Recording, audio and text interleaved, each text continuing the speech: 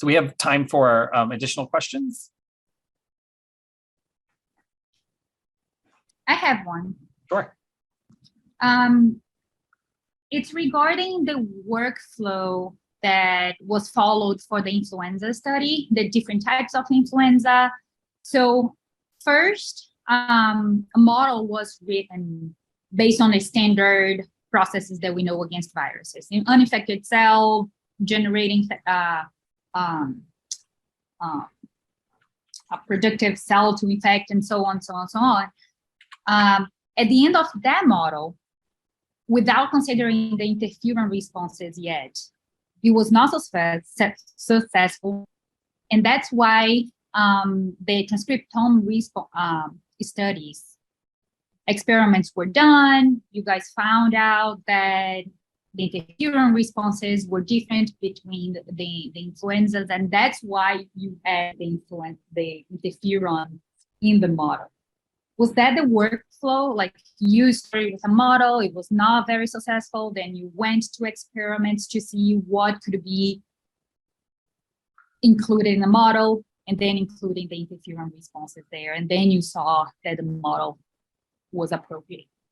It actually was pretty close for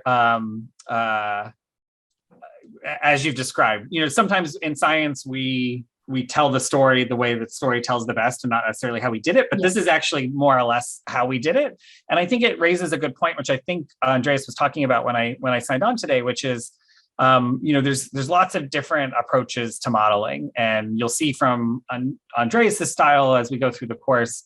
And I think a relatively common style is to start with whether or not you can get the simplest model possible to account for the data, rather than throwing in everything you could think about. We could throw in 100 different interferon factors that we know are turned on, but then the model is going to become completely overdetermined. All of those are correlated with each other. And so you can actually account for a lot of viral infection behavior with just the infected cell dynamics.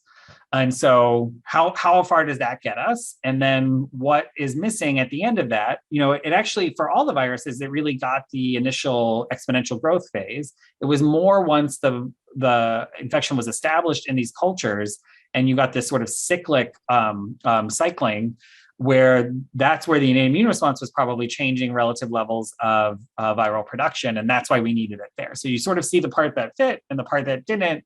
And then you speculate as to what you're missing. And a lot of times, you know, immediately we've left out, you know, 1,000 different things. Let's pick the thing that we think is most likely, that we can also measure precisely and see how much it or not it improves the model.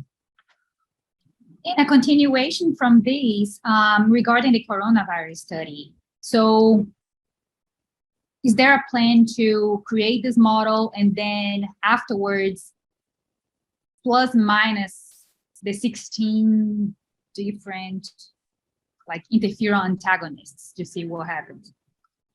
So there are labs working on that. You know, there are you know, practical limitations. So coronavirus, SARS-CoV-2 in particular, is still a BL3 level agent, meaning you have to work in this higher biosafety containment. There's a lot of resistance to doing genetic manipulation of viruses now, for a lot for good reasons, and sometimes maybe not for some not so good reasons. And so even what we did 20 years ago is harder now in terms of just regulatory. You can't just make Frankenstein viruses super easily. And then practically, actually, it's hard to do for coronavirus. The genetics, it's a much bigger genome. And so just the actual molecular biology of manipulating coronaviruses is a little bit more difficult than flu. Flu's super easy to manipulate. And then lastly, prior to SARS-CoV-2, there was maybe like 20 really good coronavirologists in the world. That's maybe an underestimate, but if you had to name like the top labs, you could probably name like 5. There were like 1,000 flu labs, and now a lot of those flu labs are coronavirus labs. But there just wasn't the institutional knowledge to do this. And that's why a lot of these non-structural proteins didn't have a function, even though we've had coronaviruses forever. And there are coronaviruses of agricultural concern. There's a lot of chicken coronaviruses that people worry about. So it's just sort of a manpower or a human power problem of needing more people that are interested in that and needing funding agencies to think it was worthwhile. Getting a funding agency to fund a coronavirus non-structural protein grant 2 years ago would probably have been impossible. Now it would probably be pretty easy.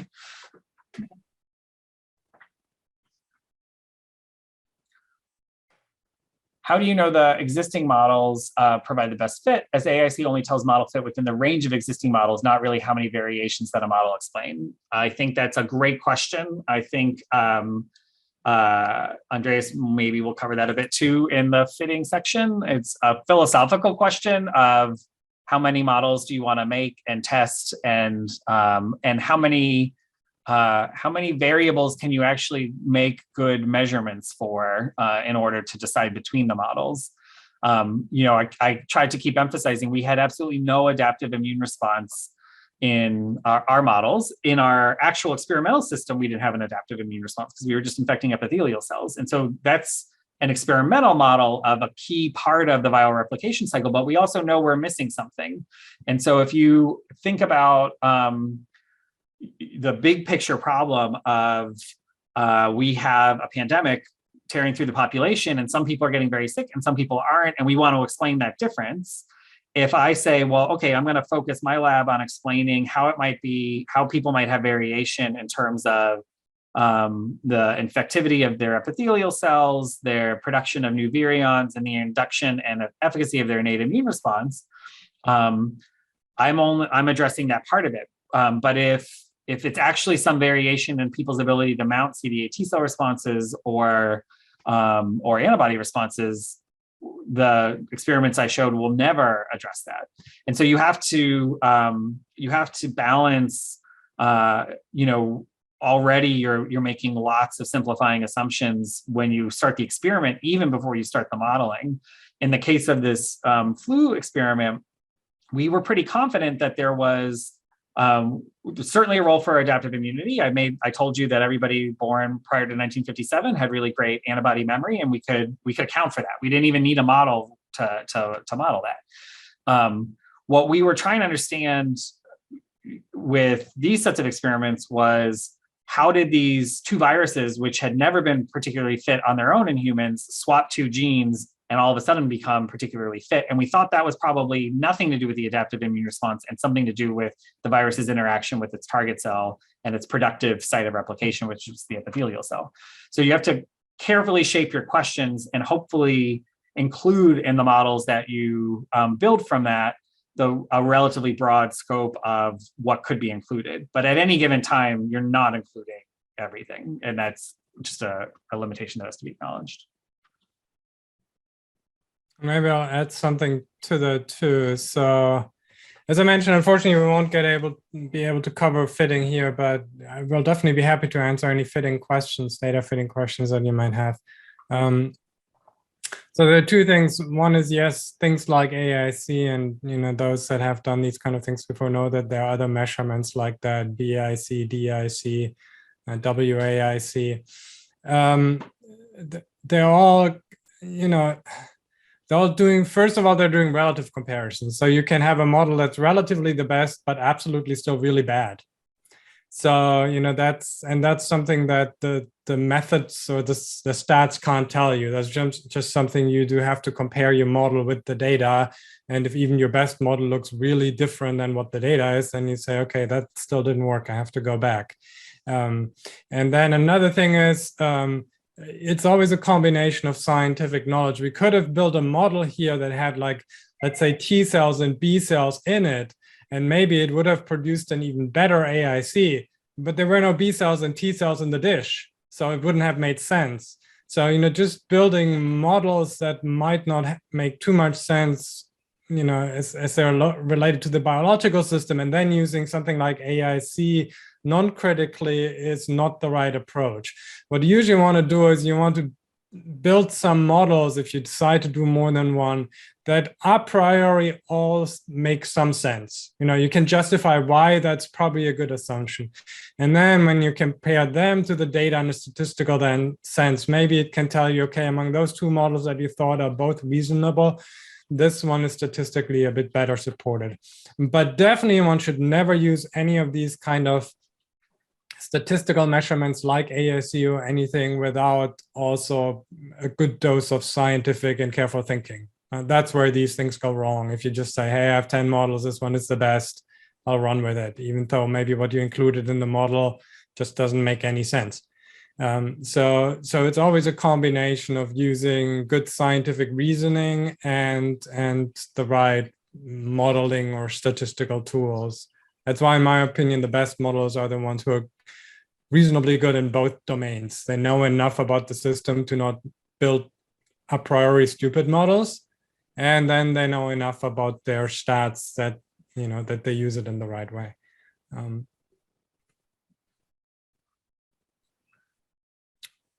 again, there is an app in DSARM where I'll explain AIC and things a little bit, so you can look at that if you're interested. That it's the model comparison app.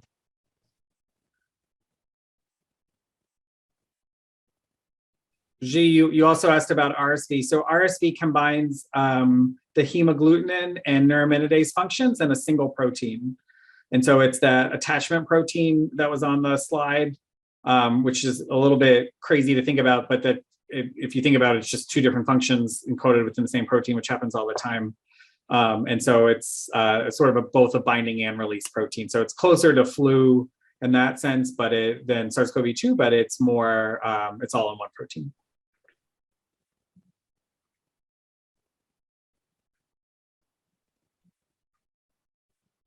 So I think that we've already started the discussion. We'll just keep going now with the general, anything you want to know about acute viral infections.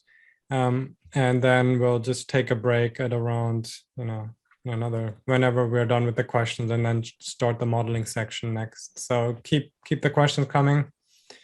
And it doesn't have to be something Paul discovered. If you have a favorite acute virus that he didn't talk about, go ahead, ask.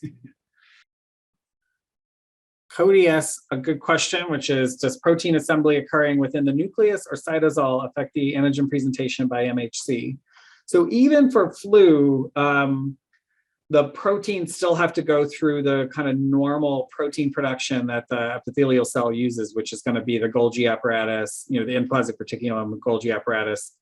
And then the assembly of the flu virus actually occurs on the cell surface. So for MHC class 1 presentation, which is going to be that CD8 T cell presentation that's going to be necessary for the killer cells to kill an infected cell, that occurs by a kind of complicated mechanism whereby the MHC class 1 actually sits inside the endoplasmic reticulum. And it's just kind of sitting there empty. And so you think to yourself, oh, well, this is obvious how this happens is I make a protein, it starts getting made in the ER, and that's where some of it gets chopped up and put inside the MHC. And that is actually not what happens. So the MHC sits in the ER, the proteins get made, the proteins have to go out into the cytoplasm and encounter a proteasome. And then the fragments of those proteins actually get piped back into the ER to load onto the MHC. And so class 1 sampling is actually sampling primarily, particularly in epithelial cells, what's happening in the floating cytoplasm. And so it's undersampling things that never enter the cytoplasm. So it's undersampling things that go directly to the cell membrane. And so in the case of viruses, it's actually undersampling the membrane-bound proteins, which include the HA, the NA, the spike, in theory. The system is a bit leaky, so anything that hits the proteasome could eventually make it back onto MHC class 1. And so as long as the proteins sort of made in the cell, and particularly for proteins that are made that traffic through the Golgi at some point, and would have exposure to the cytoplasm, they will have a chance to get loaded onto MHC class 1. For MHC class 2, since we have a little bit of time, which is, remember, that's the one that's going to present to CD4 T cells. Those are the quarterbacks of the immune system. And MHC class 2 presentation is restricted to professional antigen presenting cells for the most part. So you don't have MHC class 2 on most epithelial surfaces at high levels. And MHC class 2 actually samples exactly the opposite compartment. It samples things in the endosome and that stays in sort of the endoplasmic reticulum compartments. And the loading of MHC class 2 occurs inside endosomes. And the sort of the theory behind that, if you put a teleological purpose on top of it, is you're looking at antigen presentation occurring by professional antigen presenting cells. And so these are things like macrophages and dendritic cells, whose lives are going around and eating stuff they think looks bad, and particularly degrading stuff that activates their innate immune sensors like toll-like receptors and nod-like receptors. And so if I'm a dendritic cell, I spend my days wandering your lung, eating stuff, putting it into endosomes and degrading it when I think it's a problem. And so that's where I want to load MHC class 2, because that's where all my business is happening. And so MHC class 2 actually goes to the endosome, and the machinery for MHC class 2 loading sits in that endosome and takes the breakdown products of those acidified, reactive oxygen treated endosomes and loads them directly there, and then puts class 2 right back on the cell surface to then be presented to CD4 T cells, which are going to be these master regulators of the quality and magnitude of your immune response.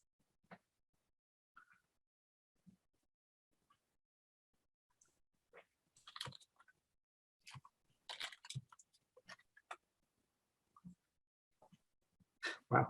Yeah, antigen presentation is crazy. Yeah. Hey, Paul, I have a question. Sure. So you're discussing sort of antigenic drift and shift with influenza, and I know that you have to get. You recommended that you get a new flu vaccine every year because of these things. So what is the genetic difference where you start to lose protection in humans? Because they're defined by serology groups, right? So H1 through whatever H16. But within one serology group, you still lose protection. What is the genetic drift that you have to see for that to actually happen? This is a fantastic question, and it's so I can give you a really specific example. The one I have on the slide in there where I showed the 2 amino acid shifts, those are actually, and a lot of you may be too young to remember this, but in 2003, there was an H3 strain that the news picked up on that people were very worried about, and it was called the Fujian strain of H3N2. And there was a big press attempt to get people to get vaccinated that year, and it said, serologically, this is a really big shift in terms of your ability to recognize the virus. And those are actually the 2 mutations that occurred in the HA that created the Fujian strain. So it was only 2 mutations, and it happened to be right in that receptor binding pocket, which is the main target of the antibodies.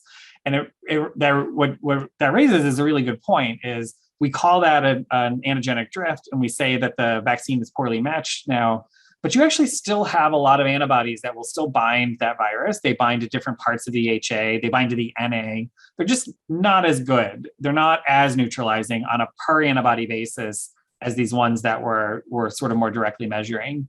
And so if you don't get vaccinated in a given year, and there's been this antigenic drift, you're not actually coming to the virus as a naive person. You're coming to the virus with these other antibodies that are maybe non-neutralizing but still helpful. And again, this is something that's happening right now for SARS-CoV-2 that we have to really take into account, and people are really trying to quantify, which is what's the contribution of these non-neutralizing antibodies. And then you're also coming to it with all your cellular memory, so your CD8 T cells. And that's when we talk about for flu and also for SARS-CoV-2 is you're not likely to, if you've been vaccinated multiple times, if you've been infected previously, you're not likely to die from an infection because you've got these backup mechanisms, but you still might get sick because the virus is going to get in, it's going to replicate, it's going to have all, especially for SARS-CoV-2, all these tricks up its sleeves. And, but you're going to have a ready to go memory T cell response. And so, as few as 2 amino acids can make the shift.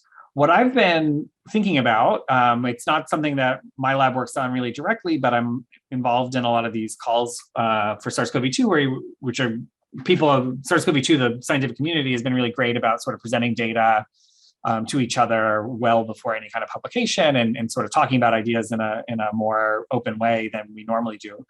And what I would love to see and have asked the sort of experts in this area about is we talk about these variants of concern for SARS-CoV-2, so alpha, beta, delta, Omicron, obviously currently, and then now within Omicron, we've got BA1, BA2, BA3, BA4, BA5. Can you give me some perspective on if I were to overlay these variants on top of flu? What is Omicron BA1 to BA5 in the sense of a normal flu season shift? And can we say anything about that? Because conceptually, these are really abstract kind of antigenic spaces that are measured functionally, right? So the way these drifts are measured, the way the variants of concerns are determined is we create these maps in antigenic space where you take lots of different viruses and sera from animals or people vaccinated or infected with these different strains, and you look at the relative binding or neutralization activity of the different sera to the different strains, and then you project that into like a dimensionality reduction space, almost like a PCA, where you try to put different strains in spatial relationship to each other. That's if I've had BA1, Omicron 1, my antibodies are closer to BA2 than they are to Delta, and you try to quantify that. And so if I think about, you can think about distance in that space, and you can actually measure distance in that space, and so the functional assays we use for SARS-CoV-2 are actually different than the functional assays we use for flu. So can we actually even talk across those spaces? And people have been trying to push that more and more and harmonize the assays a little bit more and think about what we're really seeing at an epidemiological level. And the best estimate I've gotten from Derek Smith, who's invented a lot of this thinking in terms of these antigenic maps, is that the alpha to delta shift was basically, which was a lot, right? We had beta in there, we had all of these others. Alpha was kind of summer of 2020, delta was fall of 2021, was basically a flu season shift. And the delta to Omicron shift was basically another one. So that happened a lot faster, and that's why everyone freaked out about Omicron. And now the Omicron BA1 to Omicron BA5 is maybe, I think, like a third to half that. So it's actually pretty significant, but it's if you had Omicron BA1, your BA5 protection is not negligible, but it's not 100% either. And these shifts you're talking about are the decrease in neutralizing antibodies in sera?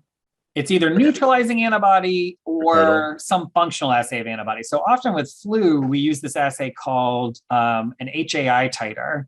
And because this goes back to the 50s, and so the assays are pretty crude.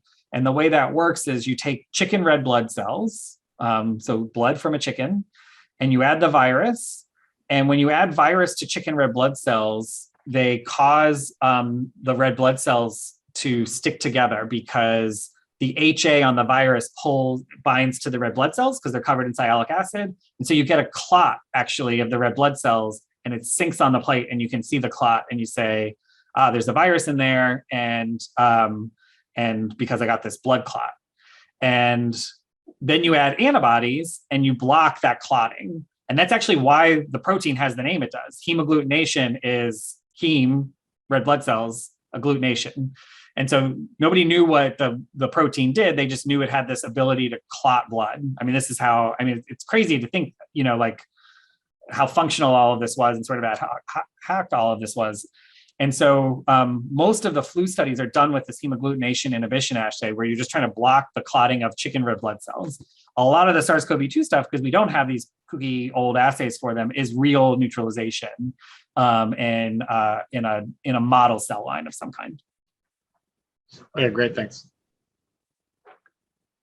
And I dwell on some of those details because when you're talking to modelers, people will be like, oh, great, I want to do models comparing flu antibody measures to corona antibody measures, like we were just talking about. And you're going to get a bunch of HAI data, which is this chicken blood cell clotting data for flu, and you're going to get vero cell neutralization inhibition for SARS-CoV-2. Can you put those in the same model? And if you can't, what's the conversion from a chicken red blood cell to a vero cell?